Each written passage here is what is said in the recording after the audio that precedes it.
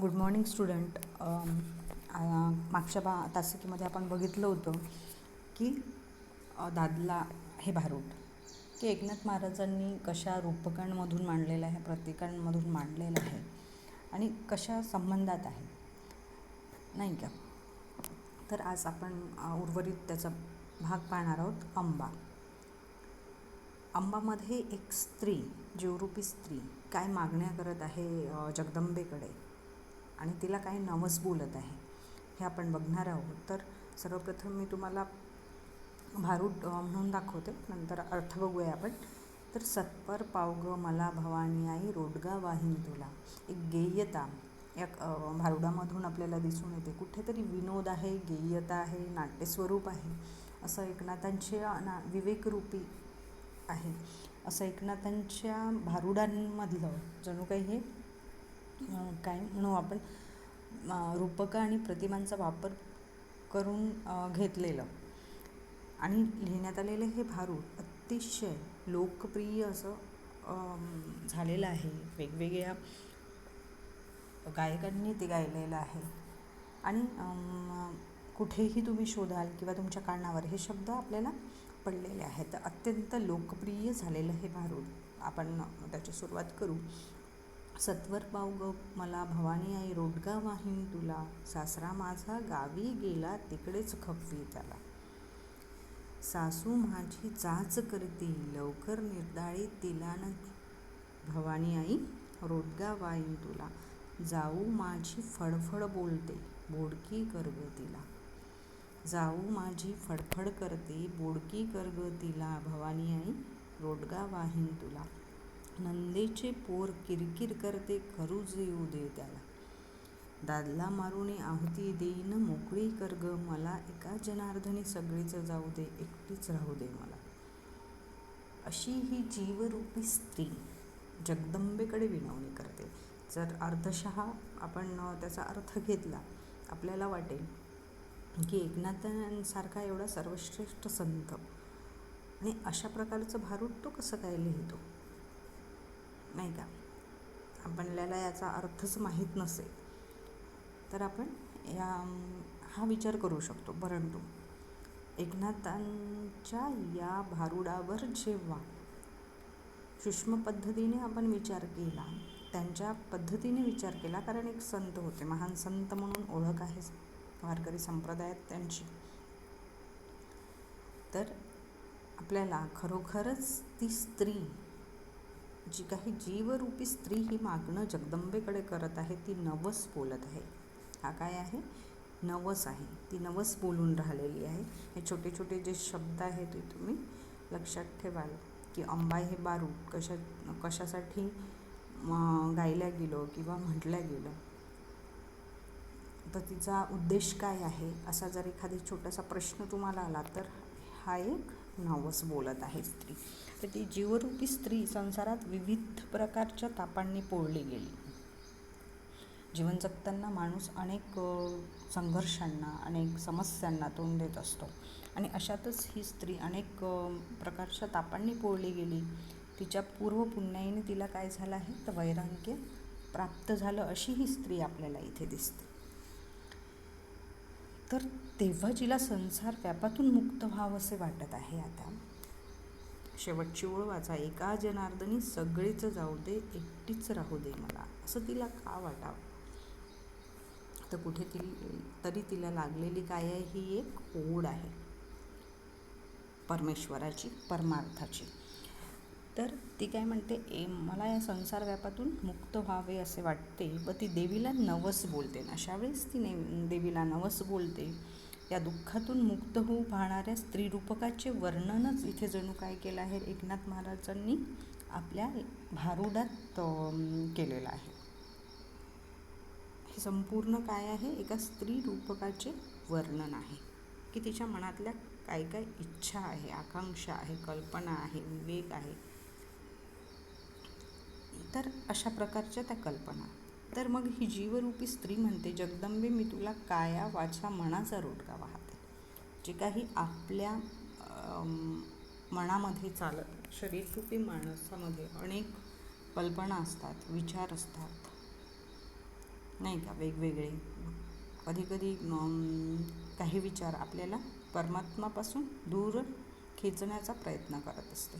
हे आपल्या आतमध्येच सगळं चाललेलं असते मनात. तर अशा या जीवरूपी स्त्रीच्या ज्या काही विवेकी विचार आहे त्यांना काय करत आहे, ती आळा घालण्याचा प्रयत्न करत आहे. म्हणून रूपके काय, संसाररूपी रूपके इथे मांडली गेली. रूपके म्हणाल तर तुम्हाला जर समजणार नाही तर सासरा झाला आहे, सासू आहे, जाऊ आहे, नणंदेचं पोर आहे, नवरा आहे. तर ही संसाररूपी सगळे प्रतीके रूपके इथे मांडण्यात आलेली आहे.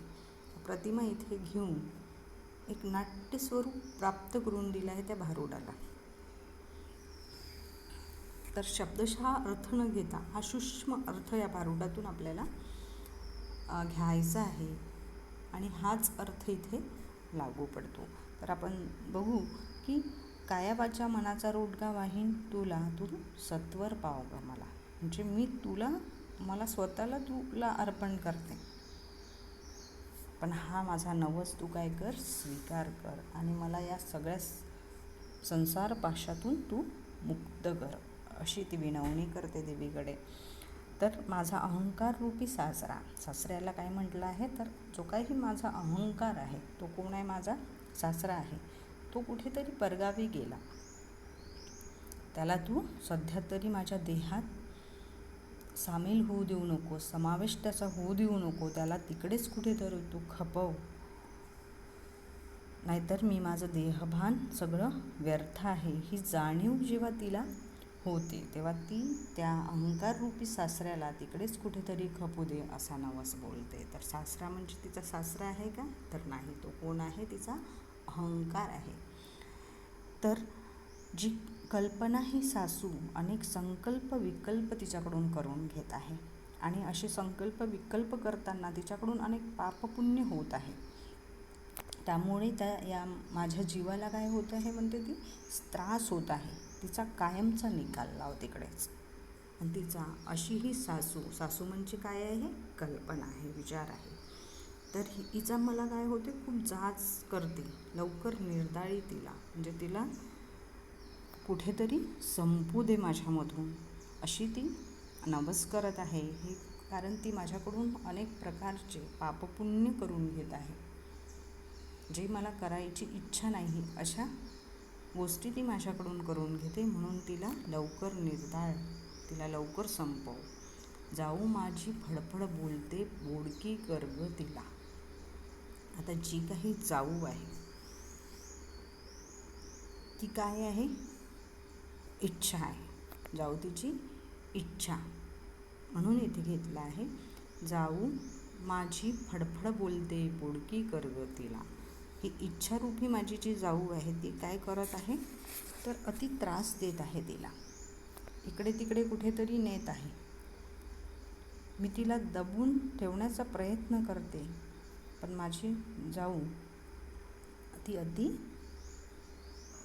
पळापळ करायला लावत आहे मला. अशा वेळेस तू काय कर, तर त्या माझ्या दीराला तू कुठेतरी ने आणि त्याला मारून टाक. दीर म्हणजे कामाजी नावाचा तिचा जो काही, कामाजी याला उपमा दिली आहे दीराला. तर अशा या तिच्या नवऱ्याला तू काय कर, लवकर मार. म्हणजे ती काय होईल, बोडकी होईल आणि तिची फडफड बंद होईल. जी काही फडफड बोलते ती कायमची बंद होईल.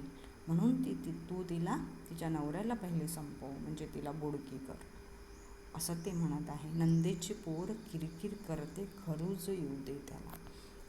जी काही नणद आहे तिची ममतारूपी नणद, कधी आनंद देत नाही.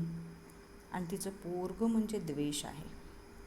तिचं पोरगं काय आहे, द्वेष. त्या कार्ट्याला तिने द्वेष म्हटलं आहे नंदेच्या पोराला. तर ती खूप जिद्द करू पाहते, अशी किरकिर करते. त्याला मनोग्रहाची खरूज लावून किरकिर त्याची काय कर, बंद कर. त्याला काय कर, तू मनोग्रहाची खरूज लागू दे, असा इथे अर्थ आहे. नाहीतर तुम्ही म्हणाल नंदेची पोर किरकिर करते, खरंच असा शब्दशः अर्थ घेतला तर कुठेतरी आपल्याला किंवा इतरांना अनेक प्रश्न उपस्थित होते. म्हणून इथे शब्दशः अर्थ न घेता एक जीवरूपी स्त्रीचे जे काही इच्छा, काम, काया, वाचा, मनाचा जे काही कल्पना आहे, ममता आहे, द्वेष आहे, जे काही चालू आहे तिच्या अंगी, ते अहंकार आहे, ते कुठेतरी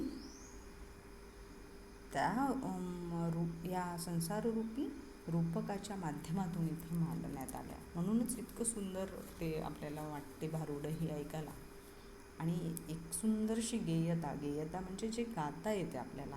गेयता म्हणजे काय, जे गाऊ शकतो आपण, त्याला गेयता म्हणतात.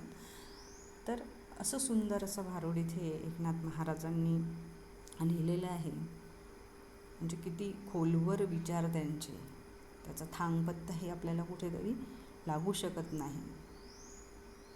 म्हणजे आपल्या मनातही असे विचार कदाचितच येईल, कारण आपण एक सर्वसामान्य माणूस आहे. थोर संत एकनाथ महाराज, आणि हे संतांनाच सुचू शकते, आपल्यासारख्या सर्वसामान्यांना नाही. तर सुंदर.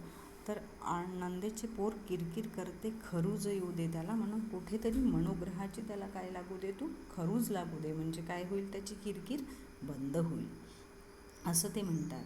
दादला मारून आहुती देईन, मोकळी कर ग मला.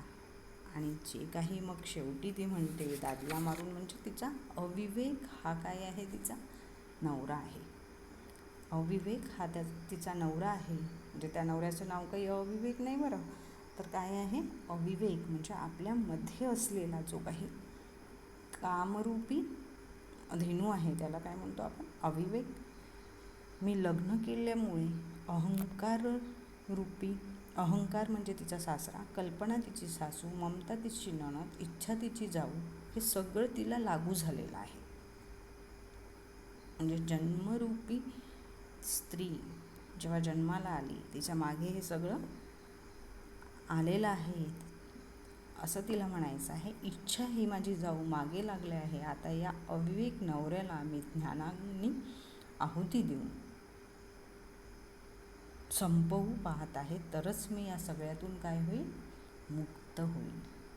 मग अशा अविवेकी नवऱ्याला संपल्यानंतर मी काय होईल, मुक्त होईल. म्हणजे एकटीच राहू दे ग मला, मोकळी कर ग मला, एका जनार्दनी सगळेच जाऊ देणे, एकटीच राहू दे मला, अशी ती अंबेला विनवणी करते.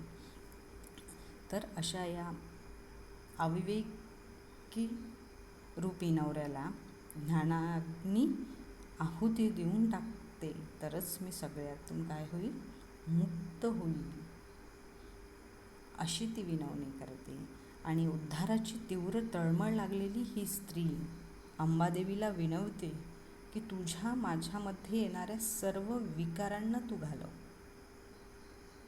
जे काही त्या दोघींचं नातं आहे, जगदंबेचं आणि त्या भक्ताचं, म्हणजे त्या स्त्रीचं, तर ती काय म्हणते, तुझ्या आणि माझ्या मधात येणारे जे काही हे अविवेक आहे, कल्पना आहे, अहंकार आहे, इच्छा आहे, ममता आहे, द्वेष आहे, सगळ्यांना तू कुठेतरी घालव. आणि तुझ्यातला आणि माझ्यातली जी एकरूपता आहे घालवून मला एकटी कर व तुझ्यात समरस कर, हे तिला म्हणायचं आहे. तर अशा प्रकारचं हे भारूड आपलं शब्दाच्या अर्थ न घेता कुठेतरी या छोट्या छोट्या गोष्टीतून किती सुंदर आणि गूढ अर्थ या भारुडातून निघालेला आहे. तर अशी ही स्त्री विनवणी करत आहे आणि जगदंबेमध्ये समरू होण्याचा तिचा मानस ती दृढ करत आहे. हे एकनाथ महाराजांना या भारुडातून सांगायचं होतं. इथे आपलं भारूड संपलेलं आहे. धन्यवाद.